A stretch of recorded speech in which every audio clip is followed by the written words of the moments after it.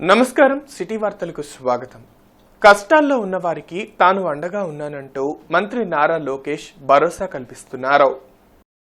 ఉండవల్లిలోని తన క్యాంప్ కార్యాలయంలో నిర్వహించిన ప్రజా దర్బారుకు రాష్ట్ర వ్యాప్తంగా వివిధ ప్రాంతాల నుంచి ప్రజలు తరలివచ్చారు. వారి నుంచి స్వయంగా వినతులను స్వీకరించిన మంత్రి లోకేష్ వాటి పరిష్కారంకు తగు చర్యలు తీసుకోవాలని అధికారులను ఆదేశిస్తున్నారు. గత ప్రభుత్వంలో పరిష్కారం కాని సమస్యలకు ప్రజా దర్బార్ ద్వారా భరోసా లభిస్తూ ఉండడంతో బాధితులు హర్షం వ్యక్తం చేస్తున్నారు. 5 ఏళ్లుగా అప్పుల ఊబిలో కూరుకుపోయిన రాష్ట్రాన్ని అభివృద్ధి వైపు నడిపించాలంటే ప్రత్యేక హోదా, విభజన హామీల అమలును చేసే విధంగా కేంద్రంపై ముఖ్యమంత్రి ఒత్తిడి పెంచాలని సిపిఐ రాష్ట్ర కార్యదర్శి రామకృష్ణ అన్నారు.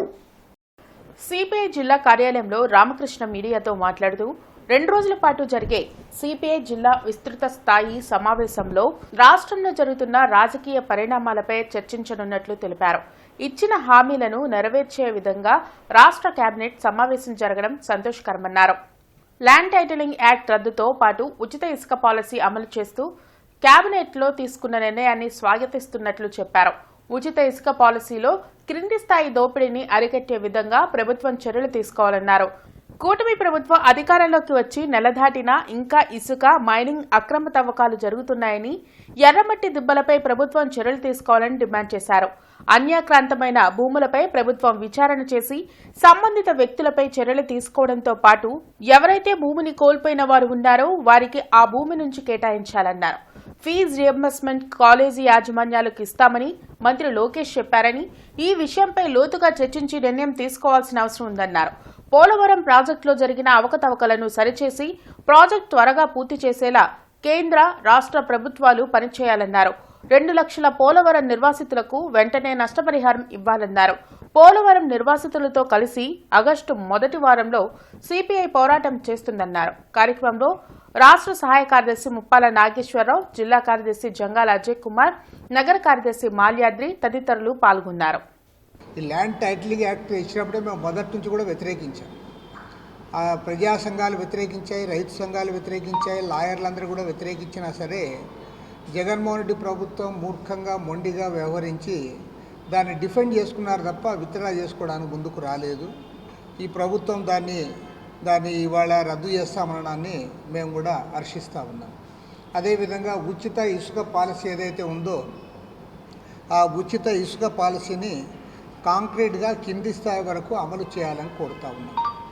ఉచిత ఇసుక పాలసీ అని చెప్పి పేరుకు చెప్పి మళ్ళీ యథాలాపంగా కింద దోపిడీగా జరిగితే మాత్రం ఈ ప్రభుత్వానికి కూడా చెడ్డ పేరు వస్తుంది. ఈ విషయంలో ముఖ్యమంత్రి గారు కూడా చాలా స్పష్టంగా ఉన్నట్లుగా తెలుస్తూ ఉంది. ఎవరిని ఇన్వాల్వ్ కావద్దని ఆయన చెప్తా ఉన్నాడు. మరి ఆ చెప్పినవి ఏ మేరకు ఇంప్లిమెంట్ అవుతాయనో ఒకసారి ఆలోచించమని కోరుతా ఉన్నాను. నేను దానికి లేటెస్ట్ ఎగ్జాంపుల్ ఇవాళ నేను ఒకటే చెప్తా ఉన్నా. మీరు గవర్నమెంట్లోకి రాకముందు విశాఖ జిల్లా భీమిలిలో జరిగే ఆ ఎర్రమట్టి దిబ్బల యొక్క తవ్వకాన్ని చాలా క్లియర్గా ఎండగట్టారు. ఆ రోజు రాష్ట్రంలో ఉన్న అన్ని రాజకీయ పార్టీలు మాట్లాడినాయి. జనసేన అధినేతగా ఉన్న పవన్ కళ్యాణ్ గారు మాట్లాడారు, చంద్రబాబు నాయుడు గారు మాట్లాడారు. కానీ మీరు నేను అధికారంలోకి వచ్చి 4 రోజులైనా సరే ఇంకా తవ్వకాలు జరుగుతూ ఉన్నాయంటే మరి ఈ అక్రమార్కులు మరి అన్ని పార్టీలకు డబ్బులు ఇచ్చి అన్ని పార్టీలతో సంబంధాలు ఏమైనా మెయింటైన్ చేస్తూ ఉన్నారా, లేక అధికారులను లోపరుచుకొని అధికారుల ద్వారా ఇవన్నీ కూడా కొనసాగిస్తూ ఉన్నారా, దానిపైన కూడా వారు ఒకసారి ఆలోచించాలని కోరుతా ఉన్నాం. గుంటూరు జిల్లా నూతన ఎస్పీగా ఎస్ సతీష్ కుమార్ బాధ్యతలు చేపట్టారు. శాంతి భద్రతల పరిరక్షణ ఒక్క పోలీసులే కాకుండా ప్రజలు కూడా బాధ్యతగా భావించాలని తెలిపారు. రాష్ట్ర ప్రభుత్వం తనకు అప్పగించిన బాధ్యతలను సమర్థవంతంగా నిర్వహించేందుకు కృషి చేయనున్నట్లు ఎస్పీ సతీష్ కుమార్ చెప్పారు. గంజాయి అక్రమ రవాణా, వినియోగంపై ప్రత్యేక దృష్టి పెట్టి కఠినంగా వ్యవహరించనున్నట్లు వెల్లడించారు. అంతకుముందు ఎస్పీ కార్యాలయంలోని వీరభద్రస్వామికి ప్రత్యేక పూజలు నిర్వహించిన అనంతరం పోలీసుల నుంచి గౌరవ వందనం స్వీకరించారు.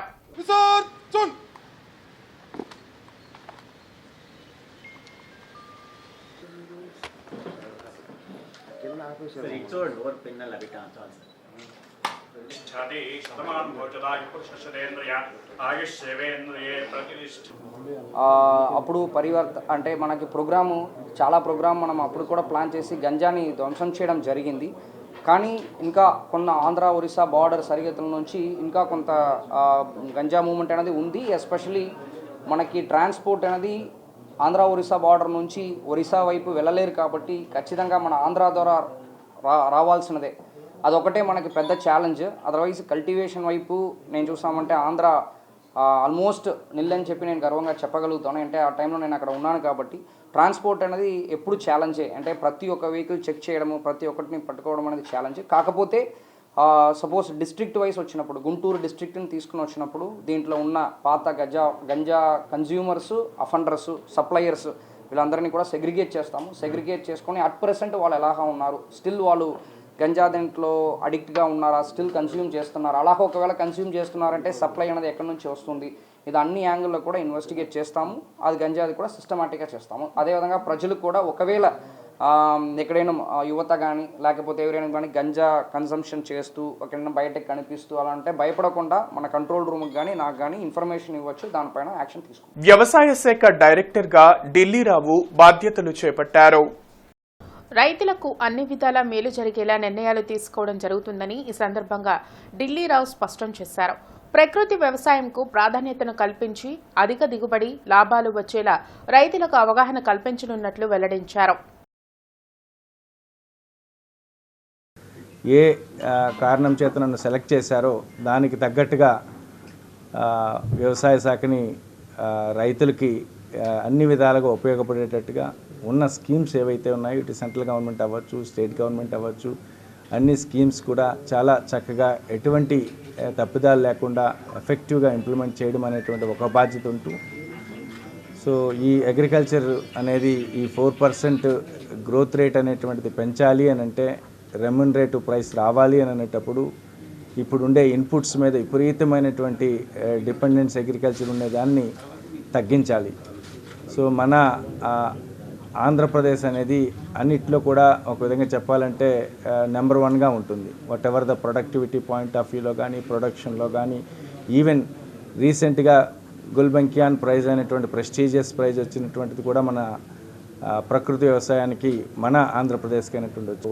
నిజంగా వ్యవసాయం చదువుకునేవాడిని నాకు ఈ ఆపర్చునిటీ అనేటువంటి రావడం చాలా అదొక అదృష్టంగా భావిస్తున్నాను. సో దానికి అధికారులు అందరూ కూడా గత 2 సంవత్సరాలలో హరికిరణ్ గారు ఎంత చక్కగా చేశారో అంతే విధంగా అనేటువంటి చేసేటట్టుగా అన్ని విధాలుగా అనేటువంటిది నేను సాయశక్తులా కృషి చేస్తాను.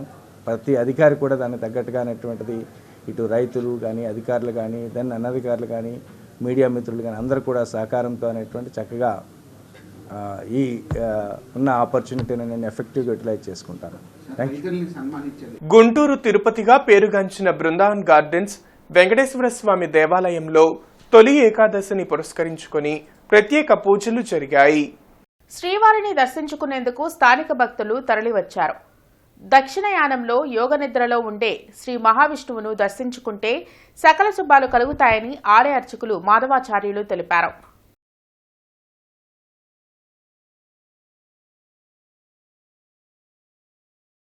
ఈ దక్షిణాయనం ప్రారంభంతోనే మొట్టమొదటిగా వచ్చేటువంటి ఏకాదశి, తొలి ఏకాదశి, తొలి పండుగ మన హిందువులందరికీ కూడా మొట్టమొదటి పెద్ద పండుగ, తొలి పండుగ కాబట్టి అందరూ కూడా విష్ణుమూర్తి ఈ రోజున పాలసముద్రం మీద శేషతల్పంపై యోగ నిద్రలో ఉండేటువంటి రోజు కూడా దీన్ని శయన ఏకాదశి కూడా అంటూ ఉంటారు. ఈ రోజు నుంచి చాతుర్మాస వ్రతం ప్రారంభమవుతుంది కాబట్టి ప్రతి ఒక్కరు కూడా ఈ మాసంలో స్వామివారిని కనుక చక్కగా సేవించినట్లయితే స్వామి అనుగ్రహం పరిపూర్ణంగా ఉంటుంది. కాబట్టి ఈ రోజు నుంచి కార్తీక శుద్ధ ఏకాదశి, చిలుక ఏకాదశి వరకు కూడా స్వామివారి యోగ నిద్రలో ఉంటారు. కాబట్టి ప్రతి ఒక్కరు కూడా ఈ నిద్రలో ఉన్న స్వామిని కనుక మనం దర్శించినట్లయితే స్వామి అనుగ్రహం పరిపూర్ణంగా ఉంటుంది. కాబట్టి భక్తులందరూ కూడా సాయంత్రం కూడా ఈ ఏకాదశి ఉంది కాబట్టి ప్రతి ఒక్కరు దేవాలయానికి విచ్చేసి స్వామివారిని దర్శించి తరించవలసిందిగా కోరుచున్నాం. శుభం భూయాత్, మంగళం మహత్. ఏకలవ్యుడి జయంతి గుంటూరులో జరిగింది. నాథ్ సెంటర్లోని ఏకలవ్యుడి విగ్రహానికి ఎమ్మెల్యే నసీర్, కార్పొరేటర్ సమతతో పాటు ఏకలవ్య విగ్రహ కమిటీ నాయకులు పూలమాలలు వేసి ఘన నివాళులర్పించారు. ఎరుకుల కార్పొరేషన్ ఏర్పాటు చేసి తమ జాతి అభ్యున్నతికి కూటమి ప్రభుత్వం తోడ్పాటు అందించాలని వెంకటేశ్వర్లు కోరారు. ఏ ప్రభుత్వాలు కానీ, ఏ రాజకీయ వ్యవస్థలు కానీ అవకాశం కల్పించకపోయినా సొంతంగా వాళ్ళ కాళ్ళ మీద జీవిస్తూ వాళ్ళ కులదైవమైన ఎరుకల జాతికి మంచి పేరున్నటువంటి దేవుడైనట్టు ఏకలవ్యుని విగ్రహాన్ని స్థాపించుకొని గుంటూరు నడిపొడ్డున మరి ఆ జాతి గర్వంగా తలెత్తుకునే విధంగా ఈరోజు ఏకలవ్య జయంతి జరుపుకోవడం జరుగుతుంది. మరి అదేవిధంగా ప్రభుత్వాలు మారినా మరి వ్యవస్థలు మారినా ఎరగల జాతి రాత మాత్రం మారలేదు. కనుక ఇక్కడి నుంచైనా రాష్ట్ర ప్రభుత్వాలు ఎరగల జాతి మనోభావాలు దెబ్బతినకుండా, ఎరగల జాతి హక్కులను కాలరాయకుండా ఏకలవ్య జయంతిని ప్రభుత్వం నిర్వర్తించి మరి గిరిజన జాతి కోసం ఎరుకల కార్పొరేషన్ ఏర్పాటు చేస్తామని చెప్పారు నారా చంద్రబాబు నాయుడు గారు. అలాగనే ఎరుకల కార్పొరేషన్ ఏర్పాటు చేసి ఏకలవ్య జయంతి కూడా ప్రభుత్వం అధికారికంగా చేయాలని చెప్పి ఈ సందర్భంగా తెలియజేసుకున్నాం. కారంచేడు మృతవీరుల వర్ధంతి కార్యక్రమాన్ని దళిత సంఘాల ఆధ్వర్యంలో ఘనంగా నిర్వహించారు. కారంచేడు మృతవీరుల 39వ వర్ధంతి సందర్భంగా లాడ్జీ సెంటర్లోని అంబేద్కర్ విగ్రహానికి పూలమాల వేసి నివాళులర్పించారు. ప్రకాశం జిల్లా కారంచేడులో ఆధిపత్య పోరుతో అగ్రకులస్తుల దాడిలో 6 దళితులు ప్రాణాలను కోల్పోయారన్నారు.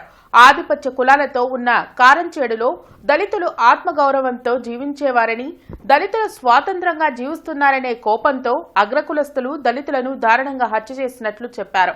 కారంచేడు ఘటన కారణంగా జరిగిన ఉద్యమంతో ఎస్సీ ఎస్టీ అట్రాసిటీ చట్టాన్ని తెచ్చినట్లు చెప్పారు.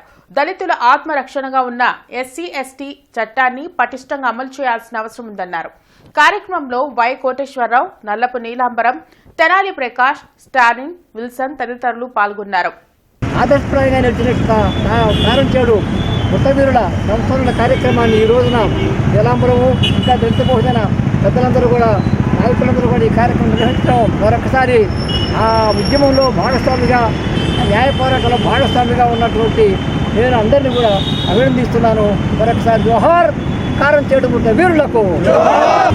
కారంచేడు మరి అక్కడున్న మాదిపల్లిలో దాదాపు 30 సంవత్సరాల క్రితం ఎక్కడా కూడా అగ్రకులాలకి మేము తక్కువ కాదని చెప్పి వాళ్ళ యొక్క రోషాన్ని, వాళ్ళ యొక్క పౌరుషాన్ని చూపించి పోరాడిన మహావీరులు వాళ్ళు. అటువంటి వీరులకి మనం గుంటూరులో నివాళులు అర్పించుకోవటం మా అందరికి కూడా ఎంతో గర్వకారణం. ఎక్కడా కూడా ఆత్మగౌరవం చంపుకొని ఎవరు కూడా పనులు చేయొద్దు. బానిసత్వం మన సొంతం కాదు. మనం పోరాడి సాధించుకోవటానికి ఎన్నో పోరాటాలు కారంచేడు, చుండూరు మనకి నేర్పిని. ఆ ఒక పోరాటాలు వదిలిపెట్టకుండా కొనసాగిస్తాము. మా దళిత వాడలను కాపాడుకుంటున్నామని చెప్పి తెలియపరుస్తాం. కారంచేడు మృతవీరుల సంస్మరణ సభ భీమ్ భారత్ ఆధ్వర్యంలో ఘనంగా జరిగింది. అరండల్పేటలో జరిగిన సంస్మరణ సభలో దళిత సంఘాల నాయకులు పాల్గొని కారంచేడు మృతవీరులకు నివాళులర్పించారు. కారంచేడులో అగ్రవర్ణ పెత్తందారులు ఎస్సీ ఎస్టీలపై దాడి చేసి దారుణంగా హత్య చేశారన్నారు. ఇప్పటికీ బాధితులకు అండగా నిలవాల్సిన ప్రభుత్వాలు అండగా నిలవకపోగా దాడులను ప్రోత్సహిస్తున్నారని ఆరోపించారు. దళితులపై దాడులు జరుగుతున్న నేపథ్యంలో అగ్రవర్ణాల పక్షాన ప్రభుత్వాలు నిలవడం సరికాదన్నారు. దళితులపై జరుగుతున్న దాడులు, అణచివేతలపై మరో ఉద్యమాన్ని ఉధృతం చేస్తామని హెచ్చరించారు. కార్యక్రమంలో పాగళ్ల ప్రకాష్, పాడుబండ కోటేశ్వరరావు, కొరబండి బాబురావు తదితరులు పాల్గొన్నారు.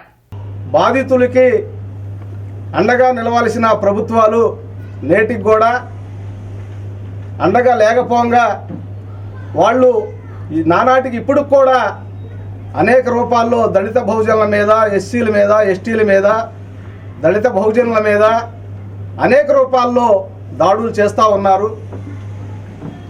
నిన్న కూడా సేప్రోల్లో దళిత బాలికపై అత్యాచారం చేసిన సంఘటనలు మనం చూస్తూనే ఉన్నాం.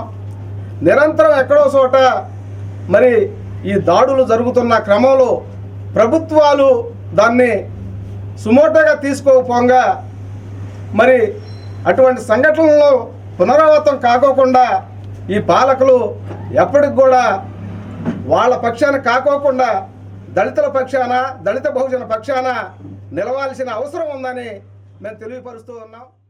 రాయపాటి ఇంటర్నేషనల్ కొరియర్స్ ప్రజలకు అందుబాటులోకి వచ్చింది. రామన్నపేటలో ఏర్పాటు చేసిన కార్యాలయంను Bipins Pegasus CEO Bipin Boppana, TNSF నాయకులు రాయపాటి అమృతరావు ప్రారంభించారు. ఇంటర్నేషనల్ కొరియర్స్, కార్గో, ఫోరెక్స్ సర్వీసులు ఇక్కడ అందుబాటులో ఉంటాయని అమృతరావు తెలిపారు. ప్రజలు ఈ అవకాశంను సద్వినియోగం చేసుకోవాలని కోరారు. గడిచిన 3 సంవత్సరాల్లోనే 5 బ్రాంచీలతో రాష్ట్రంలోనే వన్ ఆఫ్ ది బెస్ట్ కన్సల్టెన్సీగా ఎదగడం జరిగింది. అలానే ఈ రాయపాటి ఇంటర్నేషనల్ కొరియర్స్ కూడా బిపిన్ గారి చేతుల మీదుగా ఓపెన్ అయిన మరొక సంస్థ రానున్న 2-3 సంవత్సరాల్లోనే రాష్ట్రంలోనే ఒక పెద్ద సంస్థగా ఎదుగుతుందని చెప్పి మనస్ఫూర్తిగా తెలియజేస్తా ఉన్నా. చైర్మన్ రాయపాటి అమృతరావు గారికి ధన్యవాదాలు చెప్పుకుంటున్నాను. మా ఈ రాయపాటి ఇంటర్నేషనల్ కొరియర్స్ అనే సంస్థ ద్వారా మేము ఎవరైతే విదేశాల్లో ఉన్నారో మన తెలుగువారు వాళ్ళందరికీ మా సేవలు అందించాలని మేము ఒక లక్ష్యంతో ఈ ఆఫీసు ఓపెన్ చేయడం జరిగింది. ఇది ఖచ్చితంగా సక్సెస్ అవ్వాలని మేము కోరుకుంటున్నాం. సిటీ న్యూస్ సమాప్తం. నమస్కారం.